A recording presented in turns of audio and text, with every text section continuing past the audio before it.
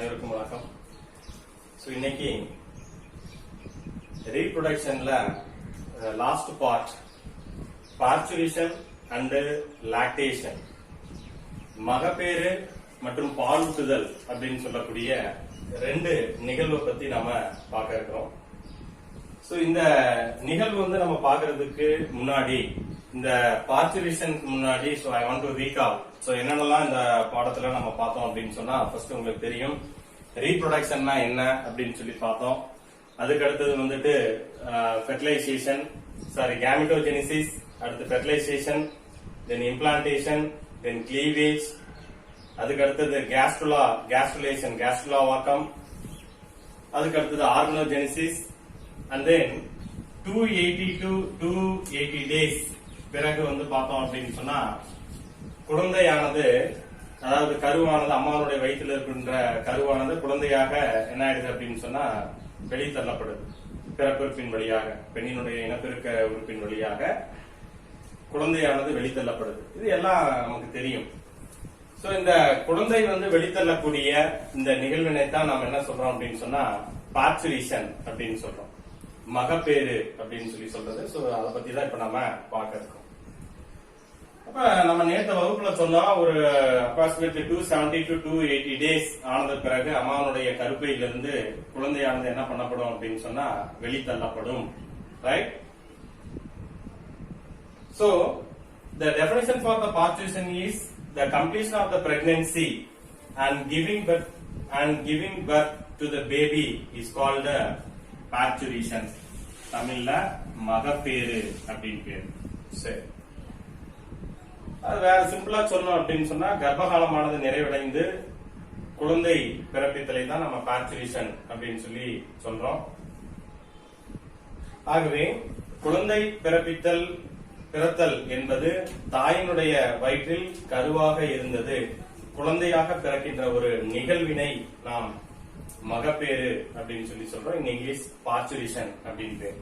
சரி, அதுக்கு அடுத்தது இன்னொன்னு கொடுத்திருக்காங்க, என்ன அப்படின்னு சொன்னா லேபர் அப்படின்னு ஒண்ணு சொல்றான். லேபர் அப்படிங்கிறது தமிழ்ல நம்ம மகப்பேறு வலி அப்படின்னு சொல்லி சொல்லலாம். மகப்பேறு வலி. இந்த மகப்பேறு வலி அப்படிங்கிறது not only at the time of parturition, குழந்தை பிறக்கின்ற சமயத்தில் மட்டும் இந்த வலி என்பது ஏற்படுவது அல்ல. ஒரு குழந்தை அதாவது அம்மாவுடைய வயிற்றுல கருவானது வளர ஆரம்பிச்சு ஒரு 3 months 4 months 5 months 6 months இந்த மாதிரி ஒவ்வொரு மாதங்கள்லயுமே பார்த்தோம் அப்படின்னு சொன்னா அந்த கருப்பையானது அவ்வப்பொழுது சுருங்கி விரியும். Contraction and relaxation. அததான் அந்த வலியை தான், அந்த சுருக்கத்தை தான் நம்ம என்ன சொல்றோம், அந்த சுருங்கி விரியும் பொழுது ஏற்படுகின்ற அந்த வழியை தான் நம்ம என்ன சொல்றோம் அப்படின்னு சொன்னா பொதுவா லேபர் அப்படின்னு சொல்லி சொல்றோம். So the labor is nothing but the series of events that expels infant from the uterus is said to be labor அப்படின்னு சொல்லி சொல்லலாம். அதுக்கு அடுத்தது பார்த்தோம் அப்படின்னு சொன்னா, அதாவது தமிழ்ல கருப்பையிலிருந்து குழந்தை வெளியேறுகின்ற பொழுது ஏற்படக்கூடிய தொடர்ச்சியான வரிசை கிரமமான நிகழ்வை நாம் என்ன சொல்லலாம் அப்படின்னு சொன்னா மகப்பேறு வலி அப்படின்னு சொல்லி சொல்லலாம். So now you understand what is labor. இப்ப முதல்ல சொன்னேன், ஆஃப்டர் 280 டேஸ்க்கு பிறகு யூட்ரஸ்ல இருந்து பெண்ணினுடைய இனப்பெருக்க உறுப்பின் வழியாக குழந்தையானது வெளித்தள்ளப்படும். அந்த வெளித்தள்ளப்படக்கூடிய நிகழ்வுக்கு பார்ச்சுரேஷன் பேரு. பார்ச்சுரேஷனுக்கு அடுத்து நான் சொன்னது லேபர், மகப்பேறு வலி அப்படின்னா என்ன அப்படின்னு சொல்லி சொன்னேன். அதுல ரொம்ப முக்கியமானது எக்ஸாமினேஷன் பாயிண்ட் ஆஃப் வியூல கேட்கக்கூடிய ஒரு வார்த்தை பிராக்ஸ்டர் ஹிக்ஸ் கான்ட்ராக்ஷன் அப்படின்னா என்ன? கான்ட்ராக்ஷன் இப்பதான் நான் சொன்னேன் சுருக்கம். இது ரொம்ப இம்பார்ட்டன்ட், இதை கொஞ்சம் நல்லா கவனிக்கணும். பிராக்ஸ்டர் ஹிக்ஸ் கான்ட்ராக்ஷன் அப்படின்னா என்ன சார்? ரெண்டு சயின்டிஸ்ட் இந்த சுருக்கத்தை பத்தி சொன்னான். அதனால இந்த நிகழ்வுக்கு பேரு பிராக்ஸ்டர் ஹிக்ஸ் கான்ட்ராக்ஷன் அப்படின்னு பேர். அப்படின்னா என்ன சார் அப்படின்னு சொன்னா the periodic weak and strong, the periodic weak and strong contractions of the uterus.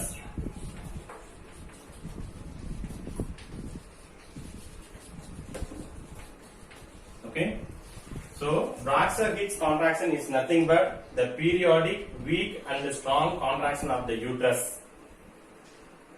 கருப்பையானது தொடர்ச்சியான லேசான மற்றும் வலிமையான சுருக்கங்களை அவ்வப்பொழுது தொடர்ந்து ஏற்படுத்திக் கொண்டே இருக்கும். இத்தகைய லேசான மற்றும் வலிமையான இந்த சுருக்கங்களுக்கு, கருப்பையில் ஏற்படக்கூடிய இந்த சுருக்கத்திற்கு என்ன பேர் அப்படின்னு சொன்னா பிராக்ஸ்டன்-ஹிக்ஸ் கான்ட்ராக்ஷன்ஸ் அப்படின்னு பேர். சரி, இதுக்கு இன்னொரு பேர் இருக்கு. இதுதான் நம்ம என்ன சொல்லுவாங்க அப்படின்னு சொன்னா ஃபால்ஸ் பெயின் அப்படின்னு சொல்றது. ஃபால்ஸ் பெயின் அப்படின்னு சொல்றது. ஃபால்ஸ் பெயின் அப்படின்னு பேரு. சோ இது என்ன அப்படின்னு சொன்னா ஃபால்ஸ் பெயின் அப்படின்னு சொல்லி நம்ம சொல்லுவோம். அதாவது கருப்பையில் என்ன நடக்கும் அப்படின்னு சொன்னா கருப்பைக்குள்ள கருவானது அந்த ஃபீட்டல் மூவ்மெண்ட்டுக்கு இது நடக்கும். கருப்பையில் உள்ள கருவானது நகர்வதற்கு நகர்ந்து அடிப்பகுதிக்கு மேற்புறமாக கருப்பையினுடைய மேற்புறத்திலிருந்து அடிப்பகுதிக்கு நகர்வதற்கு இது பயன்படக்கூடியதாக இருக்கு. சோ அடுத்து என்ன ஆகும் அப்படின்னு சொன்னா இப்ப பாருங்க.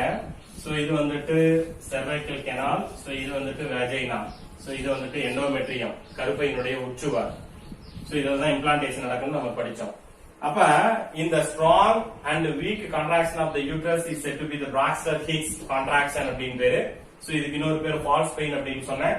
சோ அப்ப இங்க ஃபீட்டல் மூவ்மெண்ட் நடக்கும். இப்ப குழந்தை மேல இருந்து என்ன ஆகும் அப்படின்னு சொன்னா கீழ் நோக்கி இயங்குவதற்கு, இடம்பெயர்வதற்கு இது வழிவகுக்கும். இந்த சுருக்கமானது கருப்பையில ஏற்படக்கூடிய சுருக்கமானது. அப்ப இது cervical canal, கருப்பையினுடைய கழுத்து பகுதி. இது பெண்ணினுடைய இனப்பெருக்க உறுப்பு வெஜைனா. சோ இதன் வழியாக குழந்தையானது வெளித்தள்ளப்படும். சோ இதுதான் அடிப்படையான விஷயம். Braxton-Hicks contraction. சரி சார், அப்ப குழந்தையானது கீழ் நோக்கி இயங்குவதற்கு இது பயன்படுது அப்படின்னு சொல்லி இருக்கிறோம். இந்த யூட்ரைன் கான்ட்ராக்ஷன்ஸ் இது ரொம்ப முக்கியமானது என்ன அப்படின்னு சொன்னா this uterine contraction is controlled by எந்த ஹார்மோன் அப்படின்னு சொன்னா நம்ம படிச்சிருக்கோம் ஏற்கனவே. the name of the hormone is called estrogen. Very important. Estrogen hormone is controlled by these contractions. இது நல்லா ஞாபகத்துல வச்சுக்கணும். அதுக்கு அடுத்தது பார்த்தோம் அப்படின்னு சொன்னா நம்ம ஏற்கனவே படிச்சோம். வேற என்னெல்லாம் சார் இந்த ஈஸ்ட்ரோஜனை பத்தி முக்கியமானது அப்படின்னு சொன்னா this hormone which is responsible for the secondary sexual characters, அதாவது இரண்டாம் நிலை பால் பண்புகளை பண்புகளினுடைய உற்பத்தி காரணமாக இந்த ஹார்மோன் இருக்கு. அதே போல பார்த்தோம் அப்படின்னு சொன்னா யூட்ரைன் எண்டோமெட்ரியத்துல டெவலப்மெண்ட், இனிஷியல் டெவலப்மெண்ட்டுக்கு இது காரணமா இருக்கு. And very important, this estrogen hormone which is controlled by the weak and strong contractions. So இதுதான் நம்ம என்ன சொல்றோம்னா Braxton-Hicks contraction அப்படின்னு சொல்லிட்டு ஈஸ்ட்ரோஜனுடைய ரோலை பத்தி சொல்லி இருக்கிறோம். நெக்ஸ்ட் அடுத்து பார்த்தோம் அப்படின்னு சொன்னா அதுக்கு அடுத்தது இந்த the fetus is expelled out from the uterus. So இது பார்த்தோம்னு சொன்னா இந்த யூட்ரஸ்ல இருக்கக்கூடிய கருவானது வெளித்தள்ளப்படும். இந்த நிகழ்வானது which is controlled by a nervous system. Okay, so இதனுடைய தொடர்ச்சி நம்ம அடுத்த வகுப்புல. நெக்ஸ்ட் இந்த functions of the estrogen hormones ரோலை பத்தி சொன்னோம். அதுக்கு அடுத்தது பார்த்தோம் அப்படின்னு சொன்னா வெரி இம்பார்ட்டன்ட் நியூரோஹியூமரல் ரிஃப்ளக்ஸ் அப்படின்னு பேர். நியூரோஹியூமரல் ரிஃப்ளக்ஸ் அப்படின்னு பேர். அதாவது தமிழ்ல இது நியூரோஹியூமரல் ரிஃப்ளக்ஸ் சொல்லலாம். அதுக்கு இன்னொரு பேர் ஃபெர்குசான் ரிஃப்ளக்ஸ் அப்படின்னு பேரு. It's also called Ferguson reflex. நம்ம ரொம்ப சிம்பிளா நேம்லயே புரிஞ்சுக்கணும் அப்படின்னு சொன்னா ஃபீட்டல் எஜெக்ஷன் ரிஃப்ளக்ஸ். ரிஃப்ளக்ஸ்னா யூ நோ தி மீனிங், அனிச்சை செயல் அப்படின்னு படிச்சிருப்போம். நர்வஸ் சிஸ்டத்தெல்லாம் நம்ம படிச்சிருப்போம். சோ ஃபீட்டல் அப்படின்னா உங்களுக்கு தெரியும், அம்மாவுடைய வயித்துல இருக்கக்கூடிய கருவுக்கு ஃபீட்டஸ். ஃபீட்டல் எஜெக்ஷன் அப்படின்னா வெளித்தள்ளுறது. சோ தமிழ்ல வெளித்தள்ளல் அனிச்சை செயல் அப்படின்னு பேரு. கருவை வெளித்தள்ளக்கூடிய அனிச்சை செயல் அப்படின்னு பேரு. சோ இது என்ன சார் அப்படின்னு சொன்னா the fetus is expelled out from the uterus. அதான் என்னுடைய meaning. the fetus is expelled out from the uterus. So இந்த நிகழ்வுக்கு பேரு fetal ejection reflex and this reflex which is controlled by our nervous system. இது நரம்பு மண்டலத்தின் மூலமாக இந்த செயலானது கட்டுப்படுத்தப்படுகிறது என்பதை ஞாபகத்தில் வச்சு. அதுக்கடுத்து வந்து பார்த்தோம் அப்படின்னு சொன்னா நான் முதல்ல ஒரு டயக்ராம் போட்டோம் இல்லைங்களா. சோ இது வந்துட்டு என்னது உங்களுக்கு தெரியும், எண்டோமெட்ரியம். சோ இது யூட்ரஸ். சோ இது வந்துட்டு செர்வைக்கல் கெனால். தென் இது வந்துட்டு வெஜைனா. சோ பெண்ணினுடைய இனப்பெருக்க உறுப்பு அல்லது கலவி உறுப்பு. சோ இதுல வந்துட்டு என்ன ஆகுது அப்படின்னு சொன்னா இந்த ஃபீட்டல் மூவ்மெண்ட் வந்து மேல இருக்கின்ற அகன்ற பகுதியில் இருக்கக்கூடிய கருவானது கொஞ்சம் கொஞ்சமாக இந்த யூட்ரைன் கான்ட்ராக்ஷனால என்ன ஆகுது அப்படின்னு சொன்னா கீழ் நோக்கி வந்து தள்ளப்படுது அப்படின்னு சொன்னோம். சோ அந்த நிகழ்வு. அதுக்கடுத்து பார்த்தோம்னு சொன்னா so due to the effect of the estrogen, the descent of the fetus is takes place. That's very important. அதுக்கடுத்து ரொம்ப முக்கியமானது, நீங்க படிச்சிருப்பீங்க எண்டோக்ரைனாலஜில, வெரி இம்பார்ட்டன்ட், ஆக்சிடோசின் அப்படின்னு பேர். ஆக்சிடாசின் அப்படின்னு சொன்னா தமிழ்ல துரித பிறப்பு அப்படின்னு பேர். The oxytocin is a hormone which is secreted by the neurohypophysis of the pituitary gland. Pituitary சுரப்பியினுடைய நியூரோஹைபோபைசிஸ் பகுதியிலிருந்து அந்த posterior lobe of pituitary gland, so இந்த பகுதியிலிருந்து சுரக்கப்படுகின்ற ஒரு ஹார்மோன் ஆக்சிடாசின். சோ இந்த ஹார்மோன் என்ன பண்ணுது அப்படின்னு சொன்னா, திஸ் ஹார்மோன் பார்த்தோம் அப்படின்னு சொன்னா which brings the powerful contraction of the uterine muscles. So கருப்பையினுடைய இந்த தசைகளை வந்துட்டு என்ன பண்ணுது அப்படின்னு சொன்னா மிக வலிமையோடு என்ன பண்ணுது அப்படின்னு சொன்னா சுருங்க செய்யுது. அப்ப சுருங்க செய்வதன் காரணமாக என்ன ஆகுது அப்படின்னு சொன்னா இங்க இருக்கக்கூடிய ஃபீட்டஸ் ஆனது மேலிருந்து கீழாக வந்து வெளித்தள்ளப்படுகிறது. And finally what happens, these hormones leads to the delivery of the baby through the birth canal. so birth canalங்கிறது என்னது, அதாவது birth canal-ஆக செயல்படுவது எது அப்படின்னு சொன்னா குழந்தை பிறப்புறுப்பாகவும் கலவி உறுப்பாகவும் செயல்படுவது எது அப்படின்னு சொன்னா வெஜைனா. பெண்ணினுடைய இனப்பெருக்க உறுப்புக்கு வெஜைனா அப்படின்னு பேர். சோ குழந்தையானது வெளித்தள்ளப்படுகிறது. சோ இது வந்துட்டு இது எதை பொறுத்த வரைக்கும் அப்படின்னு சொன்னா neuro humoral reflex or Ferguson reflex or fetal ejection reflex அப்படின்னு பேர். ஓகே, அதுக்கு அடுத்தது இதனுடைய தொடர்ச்சி அடுத்து வந்து பார்த்தோம் அப்படின்னு சொன்னா another very very important hormone, that is relaxin. so the name itself you can understand. என்னது relaxin அப்படின்னு சொன்னா எதை சார் ரிலாக்ஸ் பண்ண போகுது அப்படின்னு சொன்னா கவனிக்கணும். relaxing hormone. so இந்த relaxing அப்படிங்கிறது இந்த ஹார்மோன் வந்துட்டு பார்த்தோம் அப்படின்னு சொன்னா which is secreted by the placenta and corpus luteum. so corpus luteum உங்களுக்கு தெரியும். so placentáங்கிறது chorionic villi and uterine wall, இந்த ரெண்டும் இணைந்ததுதான் வந்துட்டு ரெண்டும் இணைந்து உருவானதுதான் பிளாசண்டா. தமிழ்ல தாய் சேய் இணைப்பு திசுன்னு சொல்றாங்க, அதெல்லாம் உனக்கு தெரியும். அதுக்கடுத்து கார்பஸ் லூட்டியம். சோ ஓவலேஷன் நடந்த பிறகு கிராஃபின் ஃபாலிக்கல் செல்ஸ் வந்துட்டு releasing of the ovum, the graphene follicle is converted into the structure is called corpus luteum. so இந்த கார்பஸ் லூட்டியமும் பிளாசண்டான்னு சொல்லக்கூடிய தாய் சேய் இணைப்பு திசும் இரண்டும் உருவாகக்கூடிய இந்த ஹார்மோன் தான் எது அப்படின்னு சொன்னா ரிலாக்சின் சொல்லக்கூடிய ஹார்மோன். இந்த ஹார்மோனுடைய ரோல் என்ன சார் அப்படின்னு சொன்னா it promotes the parturition and relax the pelvic joints. pelvic joints அப்படிங்கிறது வேற ஒண்ணும் கிடையாது, நம்மளுடைய நல்லா கவனிங்க பாருங்க, குழந்தை பிறக்கின்ற பொழுது பெண்ணுடைய இடுப்பு பகுதியில் இருக்கின்ற இந்த தசைகளை தளர்வடைய செய்வதற்கு இந்த ஹார்மோனானது காரணமா இருக்கு. அப்ப இடுப்பெலும் பகுதியில் இருக்கக்கூடிய தசைகளை வந்து தளர்வடைய செய்வதன் மூலமாக குழந்தை பிறப்பை எளிதாக்குவதற்கு காரணமா இருக்கக்கூடிய இந்த ஹார்மோனுக்கு என்னன்னு பேரு, relaxin அப்படின்னு பேரு. so this is very important. so pelvic joints, not only the pelvic joints and dilation of the cervix, dilation of the cervix. cervixனா உங்களுக்கு என்னன்னு தெரியும், cervixங்கிறது என்னது, இந்த கருப்பையினுடைய இந்த கழுத்து பகுதி தான் நம்ம என்ன சொல்லுவோம் அப்படின்னா cervixன்னு சொல்லுவோம். அப்ப which is responsible for the dilation of the cervix and also it relaxes the pelvic joints at the time of parturition. அதுக்கு அடுத்தது இந்த பகுதியில் இருக்கக்கூடிய தசைகளை வந்துட்டு பவர்ஃபுல் கான்ட்ராக்ஷன் மூலமாக தளர்வடைய செய்து குழந்தை பிறப்பை எளிதாக்குவதற்கு காரணமாக இருக்கின்ற இந்த ஹார்மோன் எது அப்படின்னு சொன்னா that is relaxing. Okay right. அதுக்கு அடுத்தது இது தொடர்ந்து என்ன சார் நடக்கும் அப்படின்னு சொன்னா வெரி இம்பார்ட்டன்ட், ஆம்னியான் அப்படின்னு ஒண்ணு படிச்சோம். நம்ம வந்து எக்ஸ்ட்ரா எம்பிரியானிக் மெம்பரேனை பத்தி சொல்லும் பொழுது சொன்னேன் ஆம்னியான் அப்படின்னு சொன்னேன். தமிழ்ல இதை வந்து நம்ம பனிக்குடம் அப்படின்னு சொல்லுவாங்க. இந்த ஆம்னியானுக்குள்ள வந்து பார்த்தோம் அப்படின்னு சொன்னா இங்க பாருங்க, சோ இது வந்துட்டு ஆம்னியான், இதுல வந்துட்டு பார்த்தோம் அப்படின்னு சொன்னா பேபி உள்ள இருக்குது, இது அம்பிளிக்கல் கார்ட். இதை சுத்தி வந்து பார்த்தோம் அப்படின்னு சொன்னா பனிக்கூட திரவம் இருக்கு, ஆம்னியாட்டிக் ஃப்ளூயிட் இருக்கு. சோ இதுல வந்துட்டு என்ன ஆகும் அப்படின்னு சொன்னா ஆம்னியான் இது வந்துட்டு ரப்சர் ஆயிட்டு ஆம்னியாட்டிக் ஃப்ளூயிட் வந்துட்டு எல்லாமே வெளியே போயிடும். அண்ட் ஆம்னியாட்டிக் ஃப்ளூ எது வழியா வெளியே போகும் அப்படின்னு சொன்னா த்ரூ த வெஜைனா வழியா வெளியே போயிடும். அண்ட் அதுக்கப்புறம் அதை தொடர்ந்து குழந்தையானது வெளித்தள்ளப்படும். சோ அதுக்கு அடுத்தது is followed by the foetus. ஃபீட்டஸை தொடர்ந்து அடுத்து ரிமைனிங் இருக்கக்கூடிய அம்பிளிக்கல் கார்ட் அண்ட் பிளாசண்டா இது எல்லாம் ஆஃப்டர் பர்த் குழந்தை பிறந்ததுக்கு பிறகு என்ன பண்ணப்படும்னு சொன்னா மீதி இருக்கக்கூடிய இந்த தொப்புள் கொடி அதே போல பிளாசண்டா இவை அனைத்தும் என்ன பண்ணப்படும் சொன்னா வெளித்தள்ளப்படும்.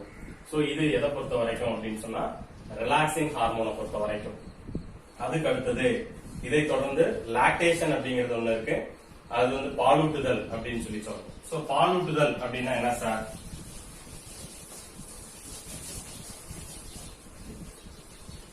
லாக்டேஷன் பாலூட்டுதல் பேரு. So production of milk by the mammary gland, தாயினுடைய மார்பகத்திலிருந்து பாலானது சுரக்கக்கூடிய இந்த நிகழ்வுக்கு லாக்டேஷன் அப்படின்னு பேரு.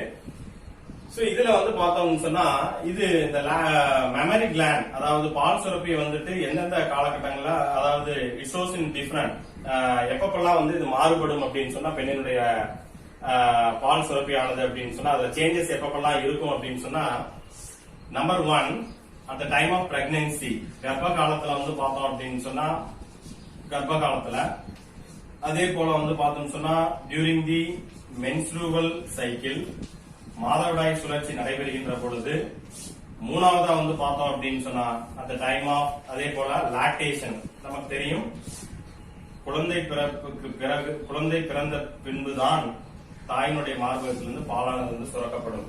சோ இந்த மூன்று நிகழ்வுகளையுமே பார்த்தோம் அப்படின்னு சொன்னா மேமரி கிளாண்ட் வந்து பார்த்தோம்னு சொன்னா வேறுபட்டதாக காணப்படும் என்பதை நீங்கள் தெரிந்து கொள்ள வேண்டும்.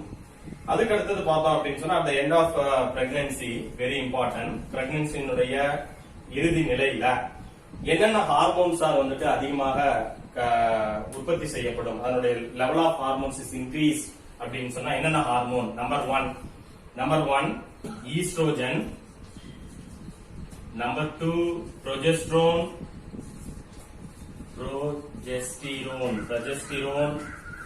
and third one human placental lactogen. So இந்த மூணு ஹார்மோனுடைய அளவானது அதிகமாக சுரக்கும் எப்ப அப்படின்னு சொன்னா at the end of pregnancy. இது நல்லா ஞாபகத்துல வச்சுக்கணும்.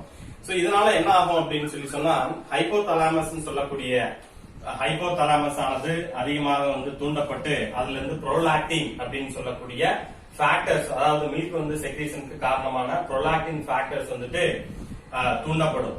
எப்ப அப்படின்னு சொன்னா estrogen, progesterone and human placental lactogen ஆனது வந்து ரத்தத்தில் அதிகமாக கலப்பதன் விளைவாக ஹைபோதலாமஸ்னா உங்களுக்கு தெரியும், நம்ம படிச்சிருக்கோம் போன லாஸ்ட் இயர் 11th வந்துட்டு பிட்யூட்டரி கிளாண்ட். சோ அது வந்துட்டு மாஸ்டர் கிளாண்ட் அப்படின்னு சொல்றோம்.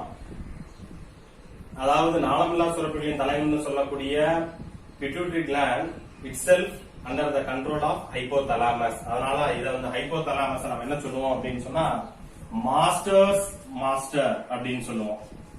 ஹைபோதலாமஸ் இதெல்லாம் கூடுதலா நம்ம வந்து இதெல்லாம் தெரிஞ்சிருக்கணும். ஹைபோதலாமஸ்.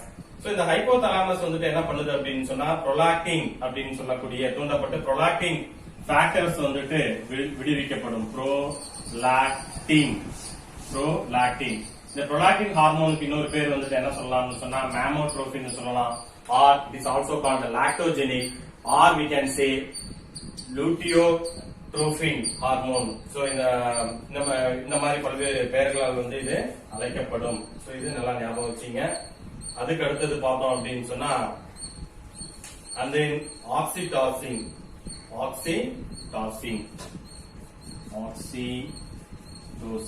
So the oxytocin சொல்லக்கூடிய ஹார்மோன். So இதுக்கு பேரு வந்துட்டு this hormone causes another very important question, let down reflux. இதான் கடைசி let down reflux அப்படின்னா என்ன சார்? தமிழ்ல இதுக்கு பேரு வந்துட்டு நிர்பந்த அனிச்சை செயல் அப்படின்னு பேரு. அப்படின்னா என்ன அப்படின்னு சொன்னா so actual ejection of milk from the alveoli of the mammary gland, அதாவது தாயினுடைய மார்பகத்திலிருந்து பால் சுரப்பியிலிருந்து மீச்சிறு கதுப்புகளிலிருந்து பாலானது வெளித்தள்ளுவதற்கு உதவுகின்ற ஹார்மோன் இந்த ஆக்சிடாசின்.